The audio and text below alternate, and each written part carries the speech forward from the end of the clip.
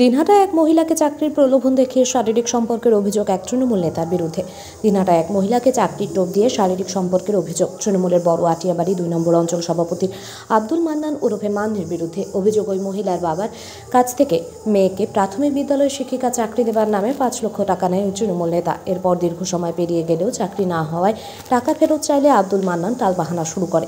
এরপর গত ১৪ মার্চ ওই মহিলাকে বলে চাকরির ইন্টারভিউ রয়েছে, আসতে হবে। সেই মতো মহিলাকে দিনহাটায় বাবার বাড়ি থেকে তৃণমূল নেতা গাড়িতে উঠিয়ে নিয়ে ঝুড়িপাড়াতে তৃণমূল নেতার ফাঁকা বাড়িতে নিয়ে যায়। সেখানে ভয় দেখিয়ে মহিলার সাথে শারীরিক সম্পর্ক করে এবং মহিলার নগ্ন ছবি ও ভিডিও করে ব্ল্যাকমেল করে। আব্দুল মান্নান বলেন যে যদি টাকা ফেরত চাওয়া হয় তবে মহিলার স্বামীর মোবাইল ফোনে এই নগ্ন ছবি, ভিডিও এমনকি সোশ্যাল মিডিয়ায় প্রকাশ করে দেবে। এছাড়াও শারীরিক সম্পর্কের পর ওই মহিলাকে মদ খাওয়ার জন্য জোর করে ওই তৃণমূল নেতা, এমনকি না খাইতে চাইলে মদের কাচের বোতল দিয়ে নির্যাতিতা মহিলার মাথায় আঘাত করে। মহিলার চিৎকার শুনে সবাই ছুটে এলে প্রাণে বেঁচে যায়। ঘটনায় গতকাল রাতে দিনহাটা মহিলা থানায় তৃণমূল নেতা আব্দুল মান্নানের বিরুদ্ধে চাকরির নামে টাকা দেওয়ার ও শারীরিক সম্পর্ক করার অভিযোগ দায়ের করেন মহিলা ও তার বাবা।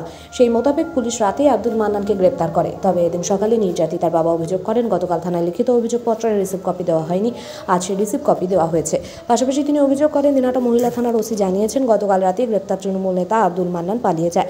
তবে এদিন দুপুরে আবার সেই তৃণমূল নেতা নিজেই থানায় আত্মসমর্পণ করেছেন বলে পুলিশ সূত্রে খবর। কে করেছে? কে? আব্দুল মান্নান। কবে? 14 তারিখ। কোথায় এসে নিয়ে গেছিল? কিচেন থেকে সরেন না। বাড়িতে। ওর বাড়িতে নিয়ে গেছিল? ওর বাড়ি, হ্যাঁ, ঝুড়িপাড়া। আর আর কি কি হয়েছিল তোমার সাথে?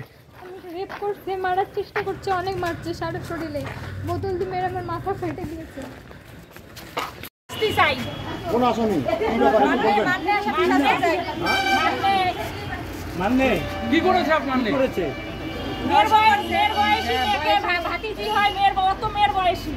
আচ্ছা, মারার হুমকি দিছে, পুরো ব্ল্যাকমেল করছে। তার প্রথমে যেটা কথা, ওকে ব্ল্যাকমেল করে এরকম কাজ করা। ও জানে যে তোর বিয়ে হয়ে গেছে, তারপরে এটা করার কোনো মানে নেই। ও তো একটা জ্ঞানী লোক, ও একটা পঞ্চায়েত লোক গ্রামের। ও আমাদেরকে ভালো সার্ভিস দিবে, তার বদলে ওর নোংরা একটা জঘন্যতম কাজ করছে। এখন আপনারাই ডিসাইড করবেন এরকম নোংরাতম লোকের কিরকম মেসেজ হওয়া উচিত। বললাম আপনারা তো পুলিশে অভিযোগ করেছে, সেই মেয়ের পরিবার থেকে অভিযোগ করা হয়েছে, তারপরেও আপনারা এখন সবাই থানায় এসেছেন। কারণ থানায় আসার কারণটা কি? এখন পালিয়ে গেছে, কারণ পালিয়ে গেছে, পালিয়ে গিয়েছিল সকালবেলায়, এই জন্য আসা। আমরা নিশ্চয়ই দেখছি আসামিকে বাড়িতে। কখন দেখেছেন? 6টা হবে। তারপরে কি পুলিশ ধরে নিয়ে এসেছে? হ্যাঁ, তারপরে পুলিশ ধরে নিয়ে আসছে, চাপে পড়ে ধরে নিয়ে আসছে। ওরে পুলিশ ধরে নিয়ে আসছে নাকি নিজে এখন আসছে সেটা বলতে পারতাম না, সেটা আমাদের থেকে আপনারই হবে। কি নাম আপনার? আটিয়াবাড়ি অঞ্চলের 1 নম্বর আব্দুল মান্না অঞ্চলের প্রভাবশালী লোক। ও টাকা পয়সা অনেক। ও আমার কাছ থেকে আমার মেয়েকে চাকরি দেওয়ার জন্য 5 লাখ টাকা নেয়। নেওয়ার পরে দিনের পর দিন, অনেক দিন হয়ে যায়, টাকা দেয় না। তখন বলে যে আজ তোমার মেয়েকে কাগজপাতি নিয়ে যাই, ইন্টারভিউ দিতে হবে। তাই আমরা ওকে ওর কাছে পাঠাইছি। ও আমার মেয়ের বড় অব্বা হয়, মানে জেঠু হয়। ভরসা আছে আমার যে ও তো অন্য কেউ না, আমার পাশাপাশি বাড়ি, ওর জেঠু হয়, তার জন্য ওকে আমি পাঠাই। কিন্তু ও বাড়িতে ইন্টারভিউ দেওয়ার কথা বলে নিয়ে যে ওখানে কুচবিহার হোটেলে ঢুকিয়ে ওকে শারীরিকভাবে অনেক অত্যাচার করে। ও যখন কথা না আসলে তখন পুরো মারধর করছে, রেপও করছে।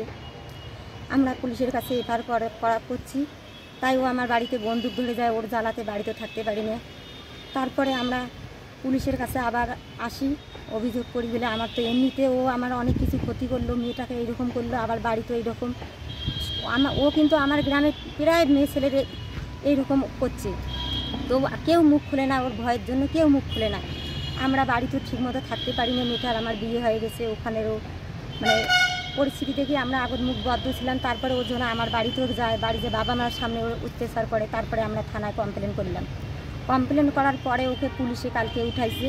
ওঠার পরে থানা থেকে পুলিশ কী করে ও এত বড় ক্রিমিনাল পালিয়ে গেল থানা থেকে। তার দাদা আমাদের অনুরোধ, ও যেন এমন কঠিন শাস্তি পায়। সবারই ঘরে বাচ্চা সবারই আছে, স্কুল কলেজ পড়ে। তাই আমার একটা অনুরোধ, আমার মেয়েটা যেন সঠিক বিচার পায়। কতদিন আগে ঘটনাটা ঘটেছিল? এই তো 14 বৃহস্পতিবার। আপনাদের বাড়ি কোথায়? আমার বাড়ি ঝুড়িপাড়া। আর যে অভিযুক্ত, যার বিরুদ্ধে অভিযোগ করছেন, তার বাড়ি? তারও বাড়ি ঝুড়িপাড়া। কি নাম আপনার? মান্না। আপনার তার নাম কি? তার নাম আব্দুল মান্না। বলছিলাম আপনার মেয়ের বয়স কত? আমার মেয়ের বয়স 21-22। বিবাহিতা? হ্যাঁ, 1 বছরও হয়নি এখনো বিয়ে হতে। আমার বাড়ি থাকিয়ে পড়াশোনা করে, ওর বাড়ি যায় আসে। চাকরির নাম করে কতদিন আগে টাকা নিয়েছিল? চাকরির নাম করে অনেক দিন হলো, মনে করো 6 মাস 7 মাস হলো। আর এই আপনি যে অভিযোগ করছেন যে সে তখন তো কোচবিহারে নিয়ে গিয়েছিল, সেটা কতদিন আগে? 14 বৃহস্পতিবারে নিয়ে গেছে। এই যে 14 তারিখ বৃহস্পতিবার নিয়ে গেছে। তা সবাই আমাদের সাথে থাকবেন, ওর জন্য এমন শাস্তি। তারপর কি মেয়ে বাড়ি এসে আপনাদের জানালো? বাড়ি মানে রক্তাক্ত হয়েছে, অনেক হয়েছে, বাড়ি আসতে পারেনি, পরে ফোন করছে অনেক লোকে, তারপরে নিয়ে আমরা হাসপাতালে ভর্তি করি। তারপর তাকে আপনারা বললেন, সেই অভিযুক্তকে বললেন? হ্যাঁ, বলছে যে তোমার মেয়ে অসুস্থ, এখানে পড়ে আছে। তারপরে আমি নিয়ে যাই হাসপাতালে ভর্তি করি। ঘটনা আছে কালকে একটা এফআইআর করা হয়েছে, রেপ কেস। আমার মেয়ে করেছে, আমিও সাথে ছিলাম। কালকে রাত্রিবেলা 10টা নাগাদ করছিলেন, 12টা অবধি থানায় বসেছিলেন। তারপর আমাকে সহ নিয়ে যে আব্দুল মান্না আসামি, ওকে তুলে নিয়ে এসেছি। ওর নামেই কেসটা করা হয়েছে। নিয়ে আসার পর আমরা 3:30 নাগাদ বাড়িতে যাই। আমাকে যাইতে বলে আমি বাড়িতে যাই। আমার বউ মেয়ে সবাই ওরা এখানেই থাকে। ওরা বললো যে থানাতেই থাকবে ওরা। তারপরে আমি বাড়িতে যাওয়ার পর ঘুমাইছি। ঘুমার থেকে উঠিয়া 6টা নাগাদ সকাল ভোরবেলা ভোররাত্রি দেখি আব্দুল মান্না আসামি ও বাড়িতে যাইতেছি। আমাদের এলাকার বা আমার ফ্যামিলির লোক, আমার বউ, আমার ভাইয়ের বউ, আমার চাচা সবাই দেখে যে ও খালি পায়ে কাদা গায়ে জামা খুলে ঘাড়ে নিয়ে যাইতেছে বাড়িতে। তো এটা দেখে আমাকে পরে সবাই বলে, তারপরে আমি এটাকে বিশ্বাস করতে পারলাম না। পরে সবাইকে জিজ্ঞেস করতেছি, ফোন থানাতে আসলেন। আসার পর এখন থানাতে আমি রিসিভ করে চাইলাম, কালকে রিসিভ করে চাইছিলাম। আমাকে বললো যে না, আজকে হবে না, কালকে দেওয়া হবে, কাজ করতেছি। তো যাই হোক, এবারে রিসিভ করে চাইলাম। তো আমাকে মহিলা থানার ওসি বললো যে আপনার কাছে তো ভাড়ের লাভ নাই, আসামি কালকে রাত্রিবেলা পালিয়ে গেছে। তো তখন আমি এটা কী করে সম্ভব? তো তখন উনি বললো যে আমার এখানে রাখা একটু রিস্ক হয়, যার কারণে আমি আইসি রুমের হ্যান্ড ওভার করে দিয়েছিলাম। ওই রুমে ছিল, ওখান থেকে পালিয়ে গেছে। নাম কি বললেন আসামির? আব্দুল মান্নান। কি করে? মান্নে। উনি কি করে? ও প্রভাবশালী নেতা। কোন দলের? টিএমসি দলের। কোন অঞ্চলে করে? কোন অঞ্চলের? আটিয়াবাড়ি 2 অঞ্চলে। কাকে ধর্ষণ করেছে? আমার মেয়েকে। কবেকার ঘটনা? 14 তারিখ বৃহস্পতিবার। কমপ্লেন করেছেন? হ্যাঁ, কালকে কমপ্লেন করেছি। এখনো রিসিভ পাননি? রিসিপ্টে এইমাত্র পাইলাম কিছুক্ষণ আগে। কি নাম আপনার? হামিদুল মিয়া। আপনি কে? আপনার কে মেয়ে? হ্যাঁ, আমার মেয়ে। এটা কি আদৌ